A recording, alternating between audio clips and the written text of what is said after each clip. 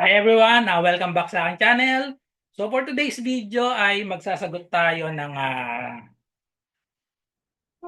10 problems in 10 minutes tungkol lahat ito sa number relation. Okay? So orasan natin 10 problems in 10 minutes kasi sa civil service exam dapat masagutan nyo ang isang problem ay mga 1 minute lang bawat problem. 150 questions, kailangan mga 150 minutes lang yung time natin. And dun sa mga previous video ko, minsan mga 5 minutes ang inaabot, 3 minutes kapag nag-explain ako. May mga basher na nagko-comment, nagsasabi ng ubos na daw yung oras, ganon. Bago daw ma-explain, ubos na ang oras. Eh syempre, ini-explain ko nga yun, kaya matagal. Pero ngayon, gagawin natin 10 problems in 10 minutes para mapakita natin na 1 minute kayang sagutan ang isang problem na kayang sagutan niya ng 1 minute. Okay, and try natin i-explain pa rin ng mabuti yan. Okay, so may timer ako dito. So umpisahan natin, puro number relation. Ito nga, i-discuss ko sa inyo.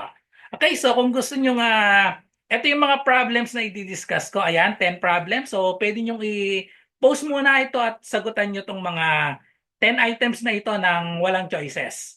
Okay, so then kailangan sagutan nyo ng 10 minutes lang. Okay, so let's start. Start na tayo. So ito yung mga choices. Timer tayo. Ayan. So tingnan natin kung kaya sagutan ng within 10 minutes itong 10 items na to. Okay. So let's start. Number 1. The sum of 6 times a number and 10 is 46. Find the number. So sa mga problem natin, X lahat ang gagamitin ko. Okay? So the sum of 6 times a number. 6 times a number, ibig sabihin yan 6x. Sum, edi ibig sabihin yan plus. Ayan, 6 times a number and 10 is means equal sign. So we have equals 46. Find the number, ibig sabihin solve for x. Okay, solve for x, subtract 10 to both sides. This will cancel out. 6x is equal to 46 minus 10. That is equal to 36. Divide both sides by 6. So therefore, the value of x, the number is 36 divided by 6. That is equal to 6. So the answer is letter D. So next number, number 2. If 10 times a number is decreased by 5, the result is 45. Find the number. Okay, so x ulit yung number natin. So 10 times a number. So ibig sabihin yan, 10x is decreased. Ibig sabihin yan, subtract by 5. The result is equal sign, 45. Find the number. That means solve the value of x. So add 5 to both sides. So this will cancel out. 10x is equal to 45 plus 5 is 50. Divide both sides by 10. So therefore, the value of x, the number is 50 divided by 10. That is equal to 5, letter C. Next, number 3. If 5 times a number, so 5 times a number, so ibig sabihin nan 5x is increased, so plus by 15. The result is, that is equal sign, 40. What is the number? Solve the value of x. Okay, so subtract 15 to both sides. Cancel this. So we have 5x is equal to 40 minus 15 is equal to 25. Divide both sides by 5. So therefore, the value of x, the number is 25 divided by 5 equals 5. Letter A. Next, number 4. One number exceeds another number by 10. So that means we have two numbers. So one number, so let the first number be x. And the second number, one number exceeds another number by 10. So the other number is x plus 10. So x plus 10 is the second number. Then, the sum of the two numbers is 78. So the sum of these two numbers, x and x plus 10, equals 78. So the equation is x plus 10 equals 78. Find the smaller number. So the smaller number is the first number, and that is the value of x. So just solve for x. X plus x, that is equal to 2x. And then we have plus 10 equals 78. Subtract 10 to both sides. Okay, so therefore, we have 2x is equal to 78 minus 10 equals 68. Last step, divide both sides by 2. So therefore, the value of x is 68 divided by 2. That is equal to 34, letter B. Next, number 5. 9 times a number increased by 10 is the same as 12 more than 8 times the number. Find the number. Okay, so let the number be x. 9 times a number, so that means 9x. Increased by 10. Increased by 10, so add 10. Is the same as, that means equal sign. And then 12 more than, so that means plus 12. 12 more than 8 times the number. 8 times the number, that is 8x. Then find the number, just solve for x. Okay, so we combine the 9x and 8x, subtract 8x to both sides. 8x to both sides, so cancel this. 9x minus 8x, that is equal to x, plus 10 equals 12. Subtract 10 to both sides. So therefore, the value of x is 12 minus 10 is 2. So the answer is letter A. Next, number 6. What is the number? So let x be the number. Adding 5 to 5 times a number. Adding 5 to 5 times a number. So 5 times a number is 5x. Adding 5, so we have plus 5. Gives the same result. Gives the same result, that is equal sign, as subtracting 3. Subtracting 3 from 4 times the given number. 4 times the given number. So we have 4x minus 3. What is the number? Solve for x. Okay? So we have 5x and 4x. Subtract 4x to both sides to combine the x. Cancel this 5x minus 4x. That is equal to x.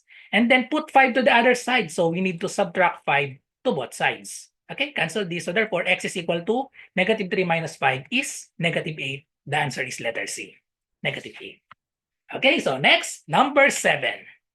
If the sum of two numbers is 36, find the smaller number if one number exceeds another number by 5. So we have two numbers here. Find the smaller number. Okay, so let x be the smaller number.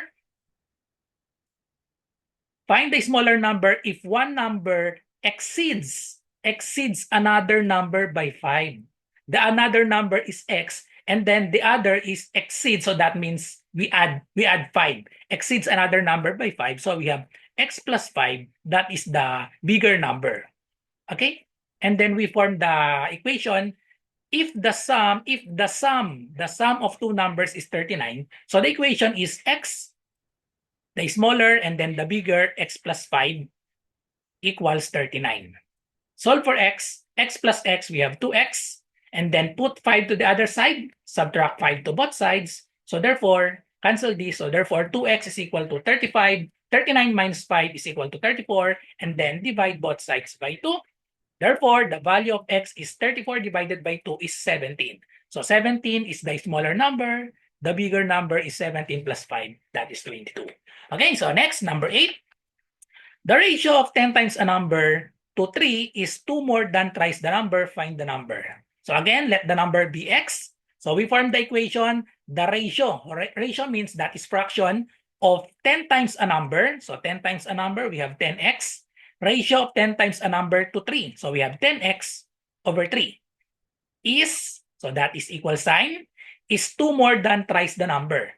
2 more than thrice a number. So we add 2 more than thrice the number. So we have 3x plus 2. Find the number, just solve for x. Okay, so we have denominator of 3. So we can multiply both sides of the equation by 3. Okay, so this will cancel out. We have 10x is equal to, distribute the 3. So 3 times 3x, we have 9x. 3 times positive 2, we have positive 6. Combine the x, so subtract 9x to both sides. Therefore, 10x minus 9x is x equals 6. So the answer is letter B, 6. Okay, so next, number 9. The sum of a number and 8 times its reciprocal is 6. Find the larger number. Okay, so find the larger number. Let x be the number. So the sum of a number and 8 times its reciprocal. Reciprocal of x is 1 over x, and then we multiply by 8. 8 times the reciprocal is 6, so that means equals 6. Then solve for x. Solve for x, so we multiply both sides of the equation by the denominator x. Multiply both sides by x, so therefore we have x times x is x squared plus x times 1 over x. This will cancel out, so 8 times 1 is 8 equals 6x, so we have quadratic equation. Put 6x to the other side, so we have x squared minus 6x plus 8 equals 0. Then we solve this by factoring. Factor x squared, so that x and x. Factor negative 8, a positive 8 such that the sum is negative 6. So we have negative 4 and negative 2 equals 0. So therefore, we have two solutions. X minus 4 equals 0. The other one is x minus 2 equals 0. So solve each equation. Add 4 to both sides. X equals 4. And then for this equation, x minus 2 equals 0. Add 2 to both sides. So we have x equals 2. So 2 is not in the choices. So therefore, the answer is x equals 4. That is letter A. Okay, last number, number 10. The product of two consecutive integers is 90 less than twice the square of the next larger integer. Find the smaller integer. So let x be the smaller. The bigger is x plus 1 because it is consecutive. Okay? X plus 1 is the next number. So find the smaller integer. So we form the equation, the product of two consecutive. So that is x times x plus 1 that is equal sign 90 less than. So 90 less than twice the square of the next larger.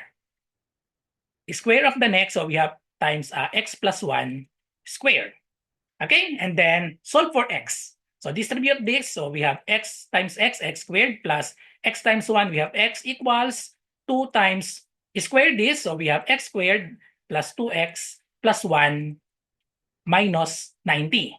Then simplify. So we have x squared plus x. Distribute the 2. So we have 2x squared. And then we have 2 times 2x. So we have plus 4x. And then 2 times 1. We have positive 2 minus 90. Okay, so combine make the left side 0. So subtract x squared to both sides. This will cancel out. Subtract x to both sides. This will cancel out. So we have 0 is equal to 2x squared minus x squared is x squared. 4x minus x, we have positive 3x. 2 minus 90 is equal to negative 88. Then we have quadratic, solved by factoring. Okay, so factors of x squared is x and x. Factors of negative 88 such that the sum is positive 3. We have positive 11 and negative 8. Equate each factor to 0. So we have x plus 11 equals 0 or x minus 8 equals 0. Solve each equation. So we have x, add 8 to both sides. So therefore, x equals 8. So the answer is letter B. For the other one, x is equal to subtract 11 to both sides. X equals negative 11. Negative 11 is not in the choices. Okay, so sumobra tayo ng 1 minute. So we have 11 minutes and 8 seconds. So kita nyo na, kayang-kayang sagutan ang bawat problem sa civil service exam within 1 minute. Kaya medyo tayo tumagal kasi syempre ini-explain ko pa sa inyo. Pero kung idadare-diretso nyo lang ang pagsasagot dyan within, kaya yan ng 30 seconds hanggang less than 1 minute. Kayang-kaya nyo sagutan yan. Ang kailangan nyo lang ay practice. Okay, so thank you for watching. Kita-kita tayo sa mga susunod pang mga reviewer para sa civil service exam. So, bye-bye and God bless.